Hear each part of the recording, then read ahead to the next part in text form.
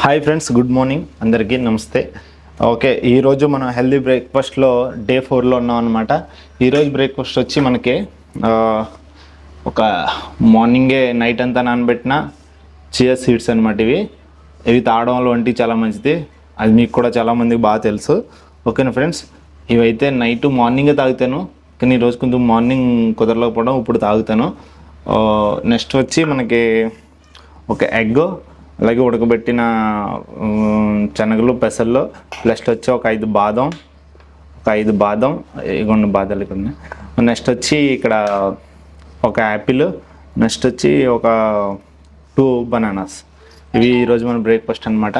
ఈరోజు టాపిక్ వచ్చి ఫ్రెండ్స్ అనమాట. ఫ్రెండ్స్ అందరికీ ఉంటారు, మీకు ఉంటారు, మాకు ఉంటారు, అందరికీ ఉంటారు.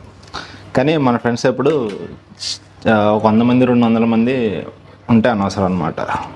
అది ఎందుకన్నదే అందరికీ తెలుసు. మనకి ఎప్పుడు ఫ్రెండ్స్ ఎంత తక్కువ మంది ఉంటే అంత బెటర్ అనమాట. ఓకే, ఫ్రెండ్స్ మంచోళ్ళ చెడ్డోళ్ళ అన్నది అనవసరం. ఎందుకంటే ఒక్కసారి అంటే ప్రతి ఒక్కరిని ఫ్రెండ్ అనుకోలేం కదా, మన బెస్ట్ ఫ్రెండ్ అని ఉంటారు. ఫ్రెండ్స్ అన్న తర్వాత ఉంటారు. అలాగే నాకు ఉన్నారు. ఒక్కొక్కడి గురించి చెప్పాలంటే ఒక రోజు కూడా సరిపోదు, ఇంత గొప్ప వాళ్ళు. కానీ అలా మంచి ఉంది, చెడు ఉంది. అలాగని చెడ్డోళ్ళని చెప్పలేను, మంచోళ్ళని చెప్పలేను. పర్లేదు, నా ఫ్రెండ్స్ ఎప్పుడూ నాకు బెటరే.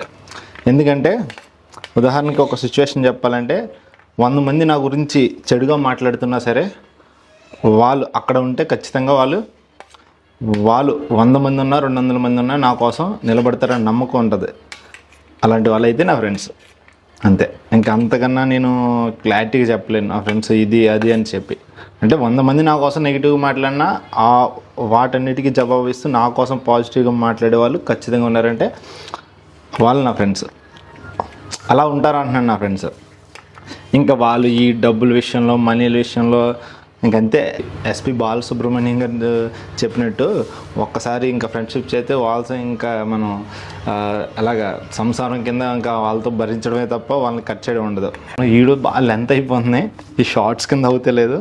అందుకని నేను దీన్ని ఇక్కడ తాపేస్తున్నాను. ఓకే.